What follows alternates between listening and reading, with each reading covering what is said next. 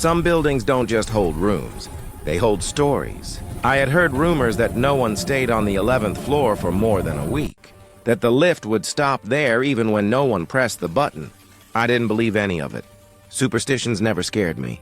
Maybe I thought I was stronger than whatever hid in the shadows. The watchman looked at me when I moved in, his eyes almost pleading. He only said one thing softly without blinking. Bas Diyan Rakna. As manzil par koi akela nahi hota. And that night, for the first time, the elevator stopped at the 11th floor, on its own. Nights are always the most honest. Everything we ignore in the day starts whispering in the dark. It was 2:57 a.m., the hour when the world is quiet, and your own heartbeat becomes loud enough to hear. I was half asleep when I heard footsteps in the corridor. Slow, careful, as if someone didn't want to be heard, but still wanted to be noticed. I checked the corridor camera on my phone. Nothing. Empty hallway. But the sound continued. Maybe I'm imagining this, I told myself. New place, new sounds. It happens. My own mind tried to comfort me, but the silence after the footsteps felt heavier. Then came a soft knock. Not loud, not urgent, just one. As if someone already knew I was awake, I didn't open the door. I just stayed still, pretending nothing happened. But that wasn't the last knock. Sometimes, shadows tell the truth that bodies hide. The next morning, I stepped into the elevator. I pressed the lobby button. The doors began to close. Everything was normal, until the elevator stopped by itself on the 11th floor. I hadn't pressed anything. The doors slid open slowly. Empty hallway. Still air, like the building was holding its breath. I looked at the elevator mirror, and that's when my heart froze. Behind me, there was a woman. White clothes, head slightly lowered.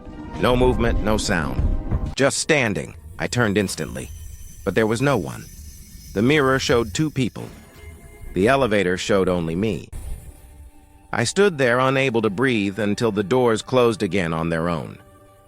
Later, I asked security to show the CCTV. The footage showed me completely alone, but the mirror had told a different story. I wasn't alone. I just couldn't see who was with me. Every building has stories hidden in its walls, but some stories never die. That evening, the watchman called me aside. His voice was low, almost careful. He said 5 years ago, there was a fire on the 11th floor. A woman got trapped inside. She kept calling for help, but the rescue team reached too late. He paused, eyes lowered. She didn't leave peacefully. She waited, and she still waits. I felt something shift inside me, not fear, something like sadness. When I returned to my apartment, I touched the wall near my door. Beneath the new paint, the surface was rough. Burn marks, real, unmistakable. She wasn't haunting the floor. She was waiting. Fear doesn't come when you see something. Fear comes when you start to understand it. That night, at 2:57 again, the wind outside felt still, too still. I walked toward the balcony, and just as I touched the glass, a whisper slipped through the silence. Soft, broken, almost tired. "You're late." My chest tightened. I couldn't speak. I couldn't move. I felt a cold hand rest gently on my shoulder. Not violent, not angry. Just lonely, but loneliness turns into rage when ignored. The voice shifted, trembling, aching, then sharp. "You left me here." The balcony door slammed shut behind me. The lights flickered. My breath stopped. She didn't need to be seen to be real. She knew my name. I couldn't sleep after that night. It felt like the walls were breathing, listening. So the next morning, I went to the building office, just looking for answers or maybe permission to be afraid. But what I found was something else. The building's official floor plan ended at apartment 1103.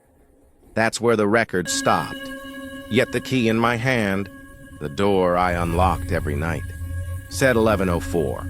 My apartment wasn't supposed to exist. The clerk looked at me confused. Sir, there is no 1104. That part of the floor burned completely. It was never rebuilt. My heart dropped. I remembered the whisper, the footsteps, the reflection in the elevator. I wasn't living in someone's space. I was living with someone. The room I called my home was a memory, and I was the visitor. That night, I didn't turn on the lights. Somewhere inside, I understood. Light couldn't protect me from something that didn't live in darkness. But in memory, the apartment felt colder. Every step echoed like I was walking through someone else's footsteps. The air carried the faint smell of burnt wood and something familiar, loneliness. Then I heard it again, a whisper, not from the balcony this time, but from behind me. You came back. Just like I waited. I didn't move. I didn't breathe. Her voice wasn't angry now. It was tired. A voice that had waited too long for someone who never arrived. My hands trembled. But I finally turned around. There was no one visible, but I could feel someone standing inches away, like a presence filling the air, pressing against my skin. She wasn't haunting me. She was holding on to me. And that's when I finally asked, "What do you want from me?"